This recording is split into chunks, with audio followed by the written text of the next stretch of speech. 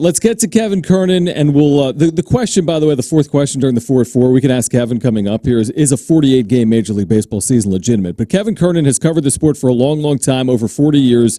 He writes right now at ball9.com. Kevin, it's great to have you with us here in San Diego on Extra 1360. Let's start with this bickering, right? Players and owners, the latest now, Rob Manfred saying he's not confident there will be a 2020 season. What impact will all of this back and forth, all of this bickering have on the long-term future of Major League Baseball, in your opinion? Yeah, it's going to have a major impact. I was in San Diego, of course, in '94 with the strike, and it took the great home run chase to bring it all back. The problem now is, and I've been saying this, guys, if you've been following me for at least a year, that Manfred, he just doesn't like baseball in some ways. You can just see it. He's too much of a lawyer. We're all lawyers nowadays, so I can live with that. But he just doesn't get the nuances. It's like a story I did this offseason where one of the minor league teams they were going to close was in Daytona, which happens to be the first place where Jackie Robinson ever played pro ball. And it's actually called Jackie Robinson Ballpark. And they were going to close 42 minor league teams, Jackie Robinson's number. So my point is, they don't think things through. They're obviously trying to shorten the season as much as they can because the owners they don't care anything about whatever you call the regular season. It's all about getting the playoff money, and that's what we're seeing now. He's just, Manfred is just playing the role for the owners. He's doing their bidding, and the players aren't helping themselves that much either, seriously. So there's blame on both sides, but this is going to, I'm telling you, I've been warning for a year. And it's probably one of the reasons why Manfred wasn't too happy last time he saw me. But I've been warning for a year that this is coming. They don't know what they're doing in baseball, and the fans have had enough.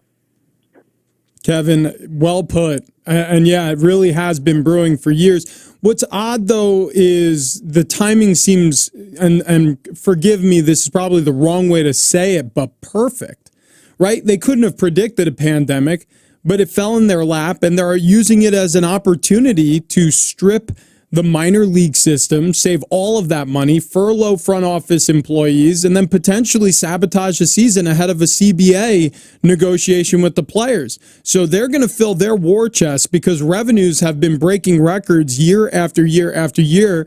The baseball side, the players side rather, they won't have a salary this season, and then they got to get to the negotiating table in a down economy. So to me, is this just blatant apocalyptic greed and opportunism, or was this a plan from the jump for the owners? Well, I think once it became a plan once the COVID went down. No different than a lot of companies making changes. You're talking to, I'm one of the 44 million, or how many it is, that lost their jobs. My job was eliminated at the New York Post. And I'm with ball9.com now, a wonderful baseball site, by the way. I got to give one quick plug. But so you've seen this in the real world. Companies are taking advantage of things they can do now to get rid of people. And the other, you just made a great argument. That was perfect. The only thing you left out is, how about the poor scouts? The backbone of the game, the scouts are now, I talk to scouts 5, 6, 7 times a week, and these poor guys, they basically were told, we'll have the draft, and in the draft, how about the NFL runs, this shows you this between two leagues, I'm not a big Goodell guy, but the NFL has the draft, it becomes an event on ESPN, and Major League, what do they do to the draft? Let's shorten it to 5 rounds so we don't have to pay anybody, and we can get rid of the scouts earlier. Every time you turn around, and I've been seeing it for years and years. The one thing about Bud Selig, he made a lot of mistakes. But Bud liked baseball, and he liked the writers. He kept us involved and kept us here's the next thing you're going to see, fellas. You're going to see the writers out of the clubhouse, because we can go back in clubhouse in spring training when this all hit, and there's no way in heck they're going to let us back next time. So that's going to be one more extension, unless the players fight first, and I hope they do. That's going to be one more extension of getting the fans further removed from the game. And it's really, for me, it's too bad. I know I sound young and everything, but I'm 66 years old. I'll be 67 July 4th. And we've all seen it when we watch the games on TV, the older games. They're just so much more fun. It's baseball. It's not baseball anymore. It's a showcase weekend event, and that's what we have. That's what they want. Somebody asked me recently if you had what would be if you only had one rule to change, what would you change in baseball? My rule was limit nerds. Only each team only has 10 nerds to a front office. That's another problem too. We're losing the humanity and the love for the sport. Kevin Kernan is joining us. Kevin Hartman here. I'll be 62 on the 4th of July, Kev. Well, you look younger than me, Steve. Well, I know. Well, I tell you what, the bottom line is that you and I have been around this a long, long time, and we are old enough to remember when baseball ruled the sports world, and it wasn't even close. But we go back to the 90s when we were sitting here in 1998, and Kevin, we knew what was going on, right? We knew something was happening. We saw the players blow out the balls flying out of the park. The Padres were as guilty as anyone of that at that time. Oh, yeah. But at least, it was something that baseball could fall back on to spark some interest. I mean, the home run has gone by the dodo bird. There were 700 more home runs hit in 2019 than any other major league season ever. So the long ball's not going to save this game. I'm just trying to figure this out. What's the lifesaver for baseball if they cancel a 2020 season? Maybe cancel 2021 because they can't figure out this collective bargain agreement. How do you save this game, Kevin? I think it's almost beyond. I was talking to a few guys. This is a former GM and some other people, and they're actually contemplating starting a dream league, a dream league, just to try to bring baseball back. The only way you can save baseball is through the roots and getting the young players, getting the athletes back in the game, getting people talking at a game and saying, "Oh, what he might go first to third here." You got to change the whole. You got to change the whole dynamic of the game, and I don't know if you can do that. It might be too late. The baseball we knew might be gone forever. But I'm hoping that there's one or two teams that bring that kind of style back. And we all know there's a pendulum, and it'll swing back maybe to making it about defense, base running, athletes. Because you know what? And you saw it even last night on the 30 for 30. I mean, even though Ernie Martinez was on the 30 for 30. Yeah. That was obviously the highlight.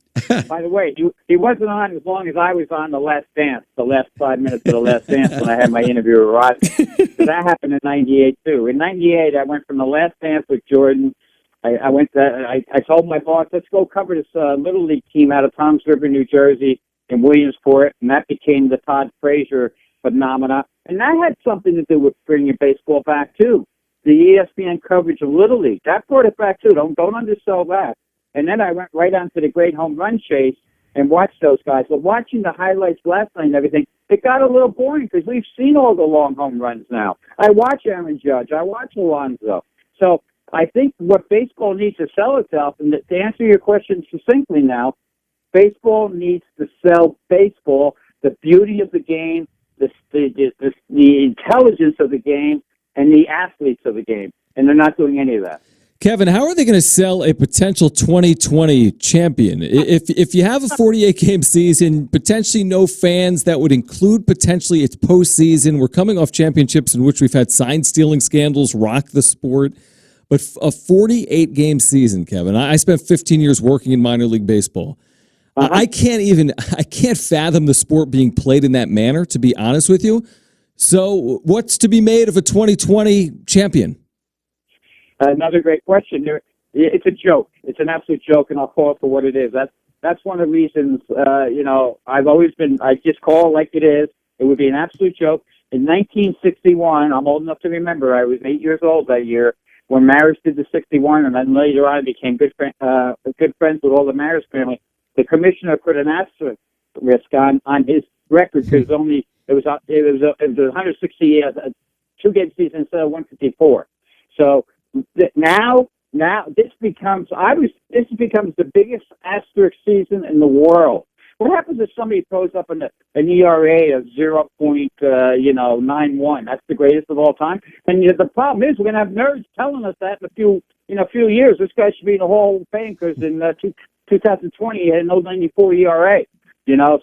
So it means nothing. It's a glorified exhibition season the players, and here's the worst part. The worst part of all is you can see it now. The players have had enough of Manfred. They're unlike the NBA where they kind of work a little together with the commissioner and even Goodell in that league. The players don't want to have anything to do with Manfred. So now you've got total distrust. How much are these guys going to be into the game? I mean, I know you got to get up there and face the 98-mile-per-hour fastball. You got to be on top of your game, but you're not going to have the same low motion. It's going to be, and everybody's going to look through it. Everybody's going to know it except the owners, and they're going to try to sell it. Now the playoffs may be kind of fun because it'll be something different, but there's no way in the world you can sell this as a legitimate season. It's a fake. This is we're in a world of fake news, fake this, fake that. Fake season. Yeah, and look, 48 games, that may be all we get, but we're still speaking hypothetically, and these two sides couldn't be any further apart as of today. Kevin, do we see baseball in 2020? I'm starting to say no. I'm leaning towards no because you're getting here's the other side of the coin, and I know a lot of these players, they love the game and everything, but they've made a lot of money. At this point, they're getting pressure from all ends now. Is it worth it to go back?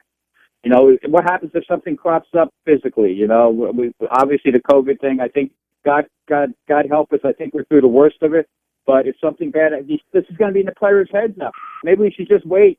Just wait, clean slate. Let's clean slate it, start fresh next year. And I think there's going to be that kind of thinking too. So this is going to, and you see, because they're dying to get back right now. And I think Manfred is trying to save pennies now for the owners. And how about the fact too? What the teams are worth. We're talking billions now. These teams are worth billions of dollars. The Warthogs are going to make a couple $1 billion out of this when they walk away, probably. The Yankees could sell tomorrow for $5 billion. So the money they make cuts the money the franchises are worth. It's not worth it to have this fight, and you can't let the small amount of number of owners, I think, that are pushing this. I can't believe it would be more than half are pushing this. Somebody's got to be an adult in the room and say, let's go. Let's settle right now. Give them their prorated money for this. Let's get as much of the season we can save. And then all of a sudden they almost become heroes now. Like, hey, we got it done. Let's go. Let's play. But I don't know if they're that smart to do that because I don't know if they like the game that much. Kevin, we had Jay Mariotti on a little bit earlier on the show. Jay's of our generation as well. I'll say to you what I said to him. We can always hang on to the memories and watch old video of Ernie Martinez as a young man. I mean, it really takes us back, Kevin, to a much simpler time. It was I don't know. We were young. It was all so beautiful back in the day, Kevin. And I just feel, look, I have two sons. My younger son is 22 years old, right? And he's a big sports guy. And he's an NBA guy more than anything else. And it's hard for me to translate just how special baseball was. And I'm with you. They have ruined this game. I mean, the analytics have absolutely destroyed the fiber of what made this game different and beautiful to those that love the game. All these people talking about changes of the game, doesn't want to see the game look different are the people that love baseball. Rich and I have gotten into this because Rich is a younger guy. He said, you got to make it more appealing to a new audience, right? But I go back to the core audience of baseball. They don't want to see that. They just want to see the game as it was, because it was, Kevin, a beautiful game. That's well said. And you know what would be the funny thing that would happen? If you made it a beautiful game again, more fans would come along. It's an investment. It's not a 140 character tweet. It's an investment. Baseball's an investment. But who in this world, who in their right mind has 4 or 5 hours to sit around and watch a baseball game nowadays? Nobody. And again, I had the glory days. Man, O'Maris, right on through, all the way to Tony Gwynn. Matter of fact, I'm in my office now, and I'm looking at a sign that Tony had given me. One of the years he had a sprained wrist, and we would every day we'd walk up to him, and Tony would like to play, but he'd get tired of it with the writers. So finally, one day he wrote out a little sign that said, "My hand feels fine. I took batting practice. When I'm ready to go, I'll let you know. If you want to talk about the NCAA tourney, just ask." That's when players had personality and fun, and it wasn't just hitting home runs and laughing. I can't say I laugh more with Tony Gwynn than I've laughed in the last 5 years. And the shame of it is there are some great young guys in the game, like Aaron Judge, who would love to do those kind of things to make the game exciting for the fans, and has done a lot in his own little way. Alonso's the same type of player. They should be selling those players like me and a bunch of my writer friends way back when told David Stern. So we told him one night, we said, hey, you got Bird and Magic. These guys are great. Why don't you start selling these guys? Well, baseball should be doing that right now. Sell their players and make it a true partnership with the players instead of trying to beat the players over the head for a few measly dollars when they already got so much money they don't know what to do with it. Kevin, very, very well put. Great perspective. We appreciate you taking some time for us this afternoon. Thank you. Always good to be with you guys. And again, you can find me on ball9.com. And I wrote a great column yesterday about somebody who's really missing the game more than any of us, a soul that's missing the game more than anybody. Rookie the Bat Dog from the Trenton Thunder. Check it out. Rookie the Bat Dog. I know about him. Yeah, Eastern League. Yeah, I'll check that out. Ball9.com. Kevin, thank you.